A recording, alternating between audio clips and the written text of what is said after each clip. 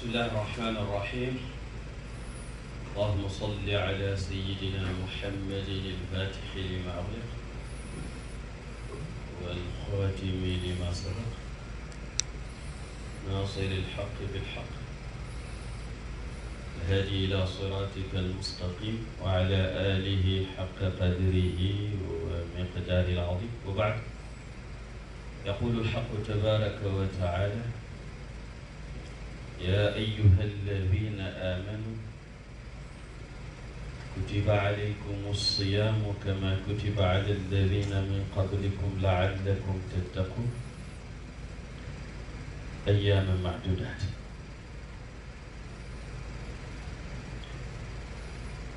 First of all, I would like to congratulate myself, congratulate all of you, and congratulate the entirety of the Ummah of Sayyidina Rasulullah sallallahu alayhi wa sallam. The Prophet sallallahu alayhi wa sallam was reported to have congratulated his Sahaba, and the Sahaba likewise, and the scholars inherited this sunnah. Why we congratulate one when one is going to hunger oneself, abstain from food and drink for a month because of the unlimited, because of the blessings which only Allah knows that are in this very beautiful month, the month of Quran. That would be sufficient for this month to be honored. Allah Ta'ala caused the Quran to descend, revealed the book of Quran to our beloved Prophet Sayyidina Rasulullah sallallahu alayhi wa sallam. When Allah Ta'ala calls us in Surah Al-Baqarah by the most beautiful quality we all have, in the quality of Iman, He says, Ya ayyuha alladhina amanu, O you who believe, kutiba alaykum as-siyam. He is the one who made it obligatory upon us, but because of the rahmah and the love He has for this ummah, He said kutiba, it was made obligatory upon you, it was prescribed.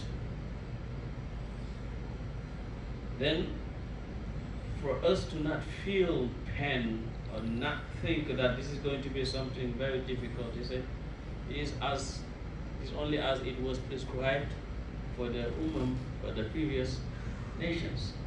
كما كتب على الذين من قبلكم. If you want to do something and you know that so many people have done it before, you know, okay, so it's doable. And the fast of the previous nations was even more difficult than ours. It's reported that the Yahud, they do not take sahur.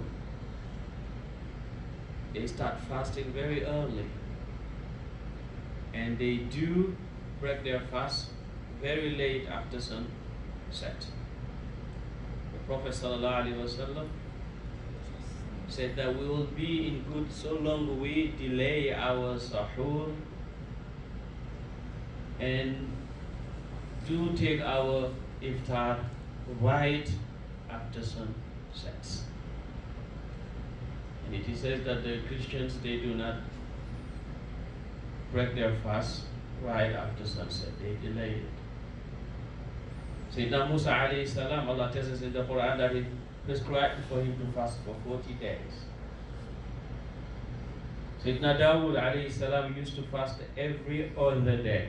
As the Prophet sallallahu alaihi wasallam said, the best of fast is the fast of Prophet Dawood. But we are given only 30 days. And during these 30 days, we are invited by Allah Tabaraka wa Ta'ala to this principle of piety, of taqwa. لَعَلَّكُمْ تَتَّقُونَ. Allah knows that some of us will do our best to reach there, but some will not do everything they can do to reach there. That's why I say لَعَلَّكُمْ, perhaps you will gain taqwa. So if you want to gain this principle, this blessing, this beautiful taqwa, Allah Tabaraka wa Ta'ala says, so that we may have taqwa. How should we do? One of our great scholars said, we should intend to be in the state that Allah and His Messenger Sallallahu Alaihi Wasallam love for us to be. That's the first intention when the month of Ramadan arrives. Number two, we should seek to attain Allah's pleasure, subhanahu wa ta'ala, and to strengthen our following of the Holy Messenger Sayyidina Rasulullah sallallahu alayhi wa sallam, so that we attain his companionship. His companionship ma'nan huna wa hissan hunak. And we should intend that a new door is open. A new door is open to us in understanding the Quran and acting according to it. When you close the channel of the carnal desires and the spiritual channels of your being gets opened, so you can receive the message that is in the Quran, the message of Rasulullah sallallahu alaihi wasallam in his Sunnah. We should intend to avoid the inward things that nullify our fast, just as we avoid the outward things. When the month of Ramadan arrives, the first thing we do is to have the intention that we will be fasting the month, because the Prophet ﷺ said, "Man lam yubayyit as-siyama qabla al-fajr, fala siyama lahu wa fala sawma lahu." Whoever does not have intention to fast before Fajr, fala siyama lahu, has not fasted. So from now, the first thing is to intend to fast. To fast, not only to abstain from food and drink, but also to fast from things that can nullify our fast inwardly. Outwardly, we know what nullifies our fast. What nullifies our fast? What do we know inwardly what nullifies our fast? We should truly seek to raise our fast from the fast of the ordinary people to the fast of the elites, and we should aspire to attain the fast of the elite, khasatul khasa, even if only for a short time. Here he's referring to the 3 degrees and grades of fasting mentioned by Imam Ghazali rahmatullah alayhi in his book Ihya Ulumuddin, that there are 3 categories of fasting. Number 1, Sawmul Ammati, the fast of the ordinary people, which means abstaining from food, drink, and sexual satisfaction. When one abstains from these things for the sake of Allah, we say one fast, but that's the lowest level of fasting. These are the outward things which nullify the outward fast. And then he said there is what is called the Sawmul Khassa, the fast of the elites. And that is guarding one's ears, eyes, tongue, hands, and feet, and all other organs from disobedience. By disobeying Allah Tabaraka wa Ta'ala with these organs, one nullifies one's fast inwardly.